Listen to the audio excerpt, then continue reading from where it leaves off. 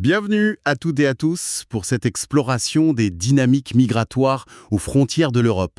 On va s'intéresser aujourd'hui de très près aux routes des Canaries, des Balkans et de la Méditerranée centrale. Oui, Et notre analyse, elle va s'appuyer sur des extraits d'un entretien assez détaillé avec Fabrice Légéry qui était, on le rappelle, directeur de Frontex. c'est ça. Donc ce matériel nous donne une perspective, disons, spécifique sur les défis, les solutions qui sont envisagées, mais aussi toutes les controverses autour de la gestion des frontières, le rôle des ONG, les politiques européennes. Exactement. Et notre but, c'est vraiment de décortiquer ce que dit cet entretien. Les arguments, les informations clés. On va regarder les aspects opérationnels, politiques, et puis l'influence de certains acteurs, comme les ONG, toujours tels que décrits dans notre source. Oui, c'est important de le préciser. Très important. On va rapporter fidèlement ce contenu, y compris les opinions politiques qui s'y trouvent, mais sans les faire nôtres. Il s'agit de comprendre le point de vue de cette source en particulier. Parfait. Alors, commençons, si vous le voulez bien, par une route qui a beaucoup fait parler d'elle récemment, les Canaries. Ah oui. Les chiffres qui sont mentionnés dans l'entretien, ils sont assez marquants. On parle de plus de 25 000 arrivées par an. C'est énorme. Et ces personnes viendraient d'où principalement? Mauritanie, Sahara occidental, Sénégal, Gambie aussi, avec des traversées qui peuvent faire 1000 kilomètres. Oui, des traversées très longues et dangereuses. Et la conséquence directe, c'est la saturation là-bas sur les îles espagnoles. Alors, ce que décrit l'entretien, c'est une gestion sur place qui est d'abord humanitaire. Les autorités espagnoles prennent en charge l'hébergement, les premiers soins, D'accord. puis organisent assez vite apparemment un transfert vers l'Espagne continentale. Et il ressort de l'entretien que beaucoup de ces migrants, surtout les francophones, auraient pour objectif ensuite de rejoindre la France. Et ça, c'est un point sur lequel l'intervenant, d'après ce qu'on lit, est assez critique. Oui. Selon ses propos, on ferait très peu pour agir sur les causes profondes des départs, ou même pour dissuader les traversées avant qu'elles n'aient lieu. C'est ça. La priorité serait mise sur la gestion une fois qu'ils sont arrivés, Voilà. avec tous les coûts que ça engendre, logement, santé, école. Ce qui fait que l'Espagne, éluée derrière, parlerait surtout de solidarité financière. Pour partager les frais, en gros. C'est ça. Et l'entretien pointe aussi l'attractivité de la France, perçue comme généreuse en aide sociale. C'est du moins ce qui est dit. Et face à ça, Fabrice Légéry, toujours dans cet entretien, il avance une proposition assez claire. Laquelle? Déployer des moyens importants.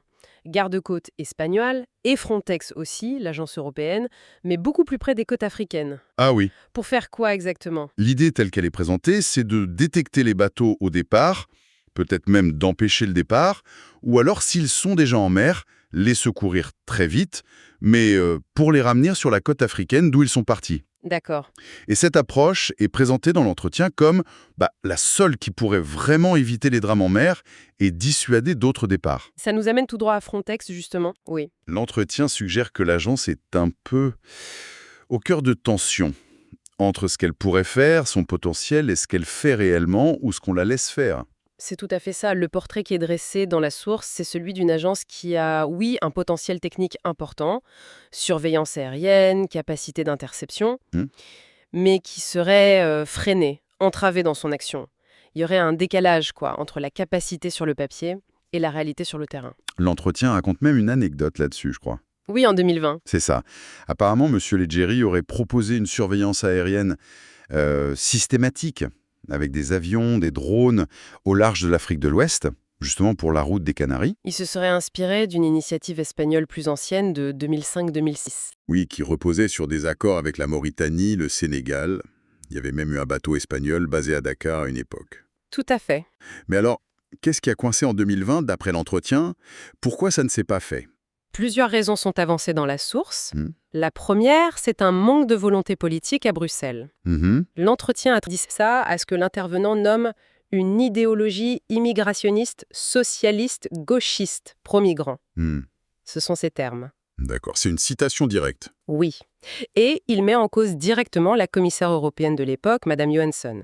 Ça, c'est le premier point. Mais ensuite? Ensuite, la complexité des négociations internationales.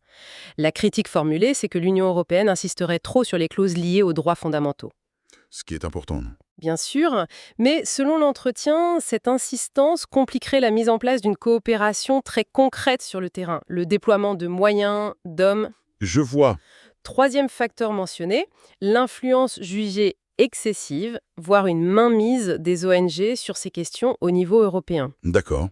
Et enfin, un point plus interne à Frontex, l'introduction des moniteurs des droits fondamentaux. Ah oui. Ces postes sont décrits dans l'entretien comme une sorte d'entrave supplémentaire, un mécanisme qui finirait par anesthésier l'agence, limiter sa capacité d'action, disons ferme dans le contrôle aux frontières. Parlons-en justement de ce rôle des ONG tel qu'il est décrit dans l'entretien. La vision présentée est assez tranchée. Oui, Elles ne seraient pas juste des organisations caritatives, mais un écosystème économique dont l'activité vivrait des flux migratoires. C'est fort comme terme, écosystème économique. oui, c'est un terme fort utilisé dans la source. Et l'entretien donne plusieurs exemples ou critiques pour étayer ce point.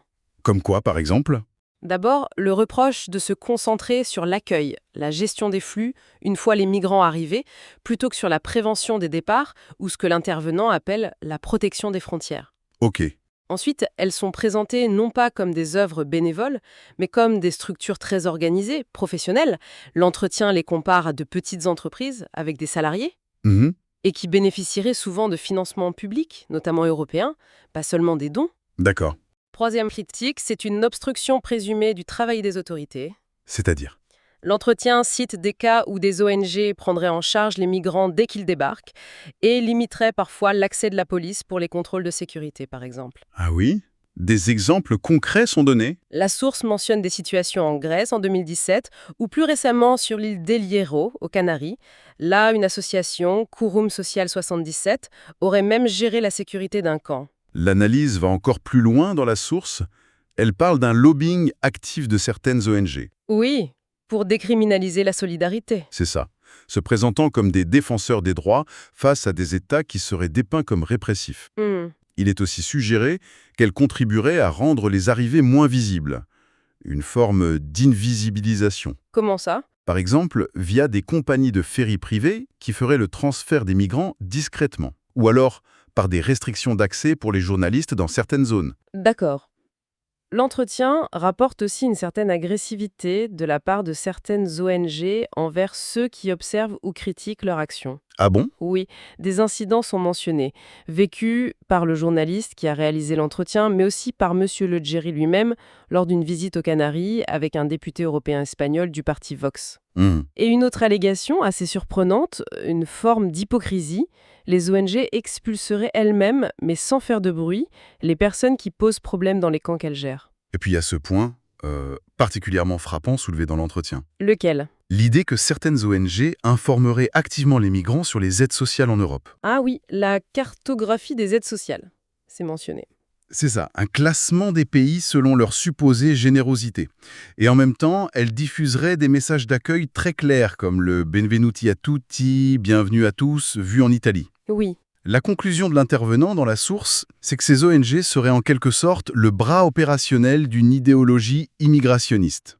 et des noms sont cités, c'est ça? Oui, Open Society de George Soros, SOS Méditerranée, la Croix-Rouge, sont donnés comme exemples d'acteurs importants dans ce paysage. Bon, changeons de zone géographique. Abordons la route des Balkans. L'entretien la décrit avec des caractéristiques bien différentes. Oui. Là, il s'agit surtout de migrants qui sont d'abord arrivés en Grèce, Syriens, Bangladais, parfois des Maghrébins, et qui essaient de remonter vers le nord de l'Europe. D'accord. Donc, leur parcours les fait passer par des pays qui ne sont pas dans l'UE. Albanie, Macédoine du Nord, Serbie, Bosnie-Herzégovine. Avec l'objectif d'entrer dans l'espace Schengen. Exactement. Souvent via la Croatie, ou en tentant la Hongrie, même si là, il y a la clôture. Et la frontière entre la Croatie et la Bosnie est décrite comme très longue, difficile à surveiller. L'entretien raconte une anecdote qui montre bien les complexités sur cette route, non? Oui, celle du pushback présumé. Racontez-nous. À un moment, Frontex aidait les Albanais à intercepter des migrants qui venaient de Grèce, donc d'un pays de l'UE, Oui. et à les renvoyer en Grèce. Ah. Et alors? Une ONG allemande aurait vivement critiqué Frontex en parlant de pushback, même si le renvoi se faisait vers un autre pays de l'UE. Oui. L'argument, tel que rapporté, c'était que ça interrompait leur trajet vers le nord de l'Europe, même si techniquement, ce n'était pas un renvoi hors de l'UE. Ça montre les tensions sémantiques et politiques. Oui, ça illustre bien la complexité. Et cette complexité, elle est aussi géopolitique dans la région, selon l'analyse de la source. Prenez la Serbie. Oui. décrite comme jouant un jeu d'équilibre entre l'Europe, la Russie, la Chine. Et par le passé, sa politique de visa aurait aidé certains transits vers l'UE, iraniens, tunisiens par exemple. Et la Bosnie? La Bosnie-Herzégovine est présentée comme un État fragile, avec de fortes divisions internes, Serbes orthodoxes, Croates catholiques, Bosniaques musulmans. Et l'entretien pointe aussi une influence islamiste extérieure qui grandirait. De Turquie, mais aussi des pays du Golfe, d'Arabie saoudite, apportant une vision de l'islam jugée plus radicale que l'islam ottoman traditionnel des Balkans. D'accord. On mentionne même le concept de route des mosquées, un terme utilisé par un ancien ministre autrichien, Kickl, pour parler d'un supposé réseau de soutien pour les migrants. Et cette route, d'après l'entretien, elle ne sert pas qu'aux migrants. Non, malheureusement. Elle serait aussi un couloir pour toutes sortes de trafics, armes, drogues, voitures volées. Et la corruption? Un problème majeur, presque structurel, est-il dit.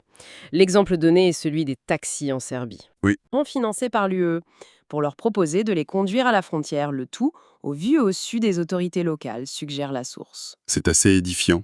Passons à la Méditerranée centrale. Oui, la voie maritime entre la Libye, la Tunisie et l'Italie principalement. Quelles sont ses caractéristiques selon l'entretien? Une différence majeure. La plupart des migrants ici viennent d'Afrique subsaharienne. Ce ne sont donc pas des citoyens des pays de départ, Libye ou Tunisie. D'accord. L'instabilité en Libye, évidemment, c'est un facteur clé.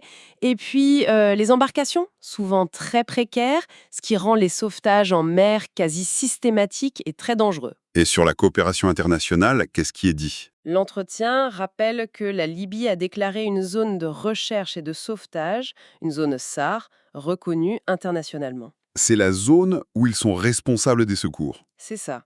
Et l'UE a soutenu la formation, l'équipement des gardes-côtes libyens, via l'Italie, via Frontex. Mais la question clé qui reste, selon l'entretien, c'est où débarquer les personnes secourues. Exactement, c'est le nœud du problème. L'entretien indique que les Libyens, eux, font des sauvetages et ramènent les gens sur leurs côtes. Et l'intervenant s'interroge aussi sur des programmes passés, non? Oui, il se demande pourquoi certaines initiatives n'ont pas été généralisées. Il parle de programmes pilotes, financés par l'UE vers 2018. Qui faisait quoi? Il visait à rapatrier volontairement des migrants depuis la Libye vers leur pays d'origine, en passant par le Niger, avec une aide pour se réinsérer. Hmm. Et la question posée dans l'entretien, c'est si ça a marché, pourquoi on n'a pas étendu ça? Est-ce que ça cache un manque de volonté politique de créer des centres contrôlés par l'UE, mais en Afrique du Nord, pour traiter les demandes avant même l'arrivée en Europe? C'est une question importante, et ça fait le lien avec la politique italienne actuelle, celle de Giorgia Meloni, telle que décrite dans la source, Oui, présentée comme une politique de fermeté assumée. qui cherche la coopération avec des pays tiers pour externaliser la gestion. L'accord avec l'Albanie, c'est l'exemple le plus frappant. Oui, pourrait créer un centre de traitement des demandes d'asile hors d'Italie, hors de l'UE. L'objectif affiché serait donc ces fameuses plateformes de débarquement hors UE. C'est ça. Et l'entretien attribue à cette politique une baisse significative des arrivées par cette route. Le chiffre de moins 65% en un an est même cité. Et il note aussi un vote récent au Parlement européen qui, ouvre la porte au financement par l'UE d'infrastructures physiques aux frontières, des clôtures par exemple. Et dans cette logique de fermeté, l'entretien cite aussi un autre exemple. La Hongrie. Oui, la Hongrie, de Viktor Orban, présenté comme un exemple de constance, de clarté dans sa vision du contrôle des frontières, malgré les critiques. Si on prend un peu de recul, au-delà des routes spécifiques, l'entretien fait ressortir des thèmes de fond, non? Tout à fait. Le plus visible, c'est ce conflit idéologique qui semble central. D'un côté, la souveraineté des États, le contrôle des frontières, Et de l'autre, ce que l'intervenant appelle l'idéologie pro-migratoire, qu'il attribue aux ONG, mais aussi à une partie de l'UE. c'est vraiment présenté comme une opposition frontale. Et un autre thème qui revient, c'est le lien qui serait fait entre le discours humanitaire et la corruption. Comment ça? L'argument développé dans l'entretien, c'est que l'insistance sur la solidarité humaine, telle qu'elle serait portée par certaines ONG ou même Bruxelles, pourrait avoir un effet pervers, Lequel? de brouiller les lignes entre ce qui est légal et illégal, le bien et le mal. Et cette confusion pourrait éroder l'éthique de certains fonctionnaires locaux dans les pays de départ ou de transit. Ouvrant la porte à la corruption. Voilà. La Mauritanie, la Serbie sont de nouveau cités comme exemples possibles de ça. La perspective présentée dans l'entretien va même jusqu'à parler d'enjeux existentiels pour l'Europe. Oui, les termes sont forts. Il est question de menaces pour l'identité culturelle des nations européennes, pour leur mode de vie. Voire pour la civilisation européenne.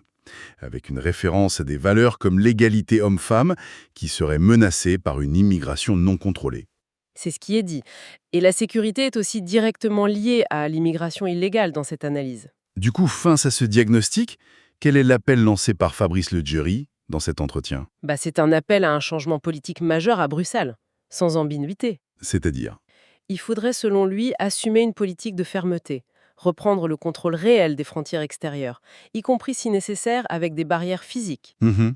Il appelle aussi à revoir la coopération internationale pour qu'elle vise d'abord à stopper les départs illégaux plutôt qu'à gérer les arrivées. En gros, rompre avec le discours actuel jugé dominant. C'est ça. Mais l'entretien se termine quand même sur une note d'espoir, selon lui, basée sur les changements politiques qu'il observe dans certains pays et les résultats des élections européennes récentes. Donc, si on résume, l'image qui se dégage de cet entretien, c'est celle d'une situation migratoire aux frontières de l'Europe qui est incroyablement complexe. Oui, on a des routes dangereuses, des institutions comme Frontex prises en étau, des ONG au rôle très controversé, des politiques nationales divergentes, Entre fermeté et accueil, et en toile de fond, des fractures idéologiques très profondes sur la réponse à donner. tout à fait. Et peut-être pour conclure notre exploration de cette source, une réflexion qui essaye de saisir la tension qu'elle expose, sans prendre parti, bien sûr. Oui, L'analyse qu'on a vue met vraiment en lumière un conflit majeur entre deux impératifs. D'un côté, celui de la solidarité humaine, de l'accueil que portent certains acteurs, mhm, et de l'autre, l'exigence de contrôle souverain des frontières, de préservation d'une identité nationale que défendent d'autres. deux visions qui semblent difficiles à concilier. Très difficile. Et la question qui reste ouverte et qui est soulevée par la perspective de notre source, c'est quel équilibre peut-on vraiment trouver? Un équilibre qui réponde à la fois aux défis humanitaires qui sont immenses et aux préoccupations des sociétés européennes en matière de sécurité, d'identité. Sur le long terme, c'est la question essentielle, je crois.